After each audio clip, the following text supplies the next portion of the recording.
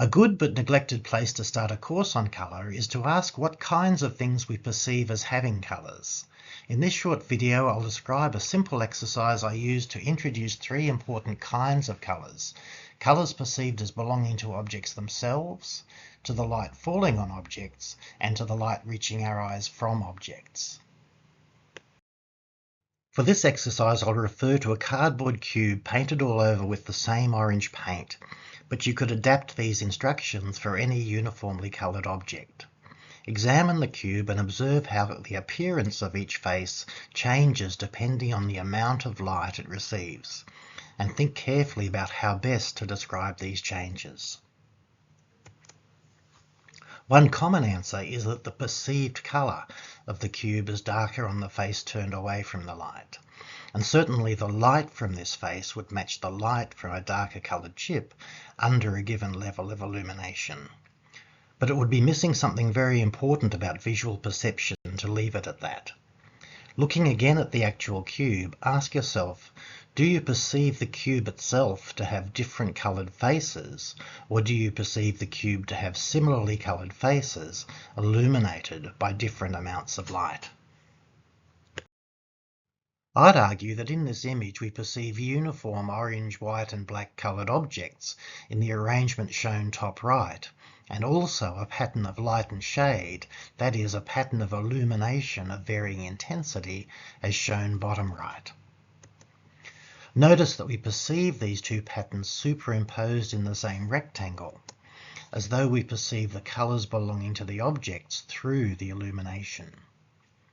When we perceive an object visually, a visual system doesn't just present us with a flat array of lighter and darker colours like a photograph. It automatically presents us with a perception of an object of a certain colour under illumination of a certain colour, in this case white light. In standard scientific terminology, these colours perceived as belonging to objects and to illumination are called object colours and illumination colours, respectively.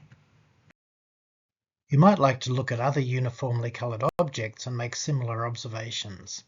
For example, do you perceive this statue to be made of light and dark marble, or do you perceive it to be white marble under varying intensities of illumination? The colour we perceive as belonging to an object through varying illumination is the way in which we perceive the object's intrinsic capacity to reflect the various wavelengths of light.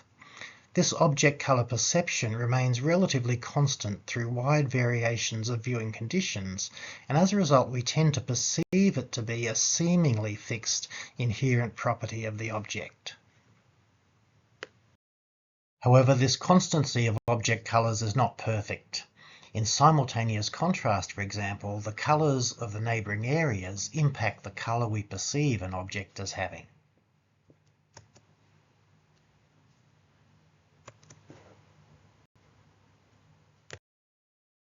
Finally, while we would normally perceive this scene as objects and illumination, we can also deliberately see it as a flat array of patches of light of varying intensity and colour. As painters, we might view it in this way and translate these colours of light reaching our eyes into colours of our paints. If this is not immediately clear, look at the various areas of the cube through a small hole in a piece of cardboard to help you to see these areas as light. The cardboard mask shows you the light reaching your eye from the different areas of the cube out of the context of the cube as a whole. As always though, the colours of this light you perceive will be influenced by the new context, especially how bright the card appears.